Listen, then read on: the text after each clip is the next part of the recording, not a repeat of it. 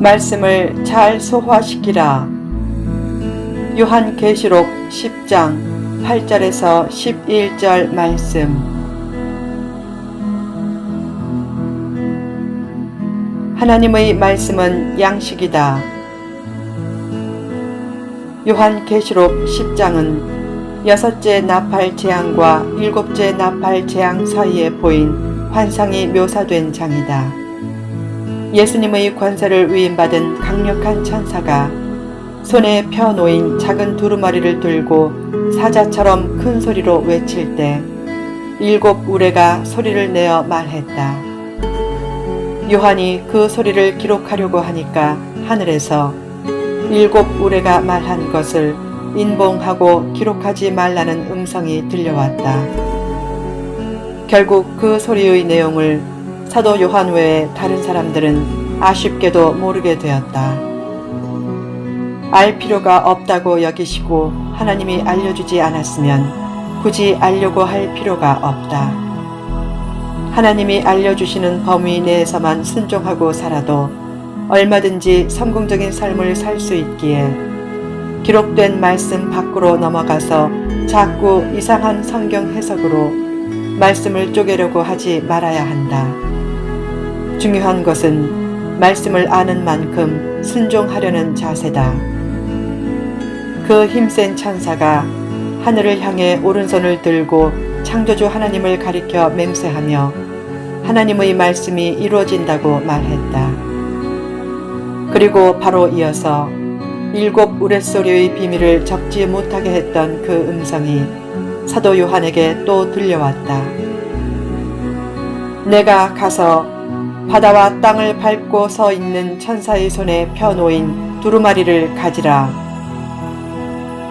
그 말씀대로 사도 요한이 힘센 천사에게 나아가 작은 두루마리를 달라고 하자 그 천사가 말했다. 갖다 먹어버리라. 내 배에는 쓰나 내 입에는 꿀같이 달리라. 이 작은 두루마리가 정확히 어떤 두루마리인지 아무도 모른다. 그 실체를 정확히 아는 것보다 더 중요한 것은 그 작은 두루마리와 관련된 장면이다. 그 힘센 천사가 사도 요한에게 그 작은 두루마리를 먹으라고 하면서 배에는 쓰나 입에는 달 것이라고 말하자 사도 요한이 그 작은 두루마리를 가져다가 먹었다. 그러자 정말 입에는 달고 배에는 썼다. 그 다음 사도 요한은 예언의 메시지를 만방에 전해야 한다는 음성을 들었다. 작은 두루마리 안에 있는 하나님의 말씀을 갖다 먹어버리라고 힘센 천사가 말했다는 것은 결국 하나님의 말씀이 양식이란 뜻이다. 하나님의 말씀이 양식이란 말은 매일 먹어야 한다는 암시가 있다. 한 사람의 신앙이 기복주의적인 신앙이나 허황된 신앙이 아니고 진실한 신앙임을 나타내는 중요한 척도 중의 하나는 매일 성경 읽기를 하느냐 하는 것이다. 말씀을 오랫동안 먹지 않으면 영혼이 영양실조에 걸려 굶어 죽는다. 또한 한꺼번에 말씀을 먹어도 몸에 무리가 생기고 때로는 영적인 암에 걸리기에 매일 양식을 먹듯이 하나님 말씀을 먹어야 한다. 즉 본문 8절 말씀대로 작은 두루마리가 늘 펴놓이게 하라. 말씀을 가까이 하는 삶은 신앙생활에서 가장 기본적인 것이다. 말씀을 가까이 할 때 하나님이 가까이 있음을 느끼게 되고 또한 말씀을 사랑하는 것은 하나님을 사랑하는 제일 중요한 표식 중 하나다. 말씀을 잘 소화시키라. 본문은 말씀을 들을 때 단 말씀만 들으려 하지 말고 쓴 말씀도 들으려고 해야 한다는 도전을 준다. 어린 아이에게는 약을 먹일 때 달게 만들어서 먹이듯이 미성숙한 성도에게는 단 말씀이 많이 필요하다. 그러나 성숙한 성도는 쓴 말씀도 받을 줄 알아야 영혼이 더 건강하게 된다. 단 말씀만 좋아하는 미숙한 성도보다 쓴 말씀도 잘 소화하는 성숙한 성도가 되라. 하나님은 누구보다 말씀을 잘 듣는 성도를 기뻐하신다. 교회의 담임 목사도 말씀을 잘 듣는 성도를 제일 기뻐한다. 담임 목사가 전하는 말씀은 잘 듣지 않고 담임 목사가 지시하는 말만 잘 듣는 교인이 있다. 그 교인은 자신이 충성하기에 담임 목사가 자신을 기뻐할 줄로 여기지만 담임 목사가 진짜로 기뻐하는 성도는 자신이 전하는 말씀을 잘 듣는 성도다. 봉사를 잘하고 헌금을 잘하는 것보다 말씀을 잘 듣는 것이 우선이다.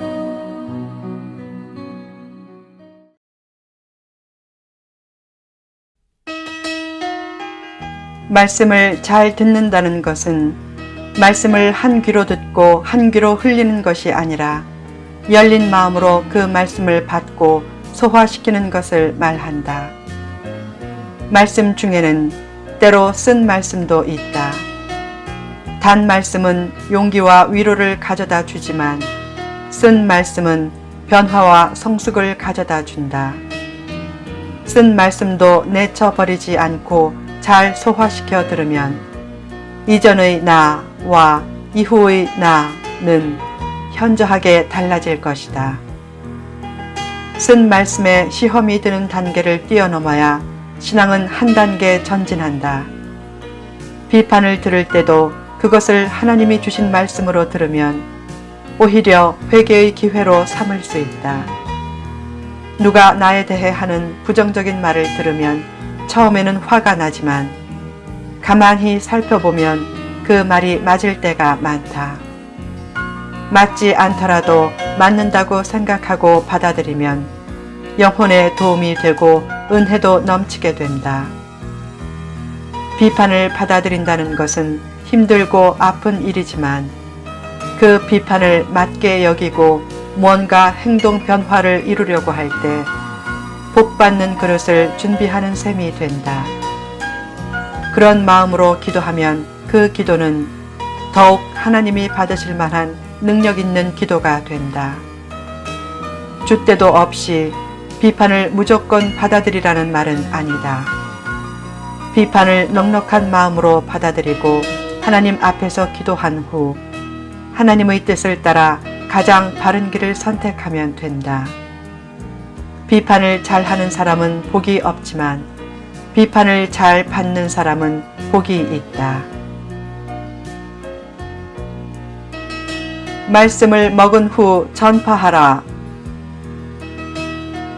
사도 요한이 천사의 손에서 작은 두루마리를 갖다 먹자 천사가 사도 요한에게 말했다.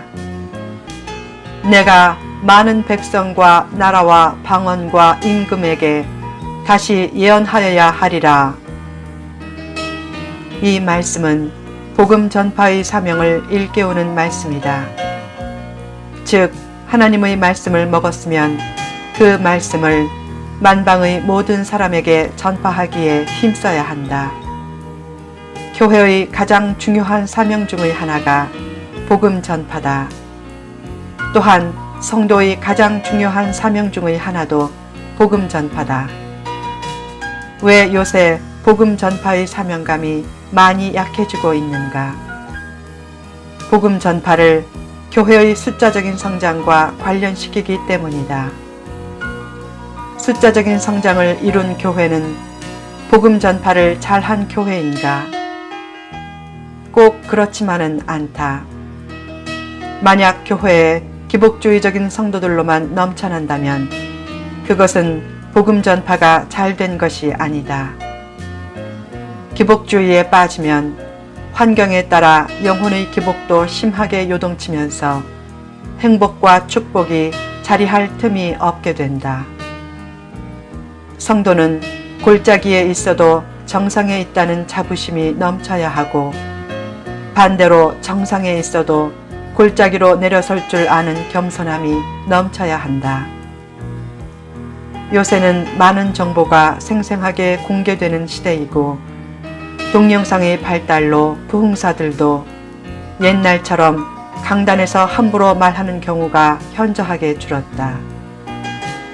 옛날에는 많은 부흥사들이 재미있는 만담들, 종말론과 무속신앙, 기복주의, 그리고 공개 헌금 경쟁 등으로 부흥회를 하면 사람들은 재미있게 여기면서 은혜 받았다고 했지만 그때의 동영상을 보면 그 부흥회 설교들 중에는 교인들의 영혼에 기복주의의 먹물을 뿌린 설교들도 많았다.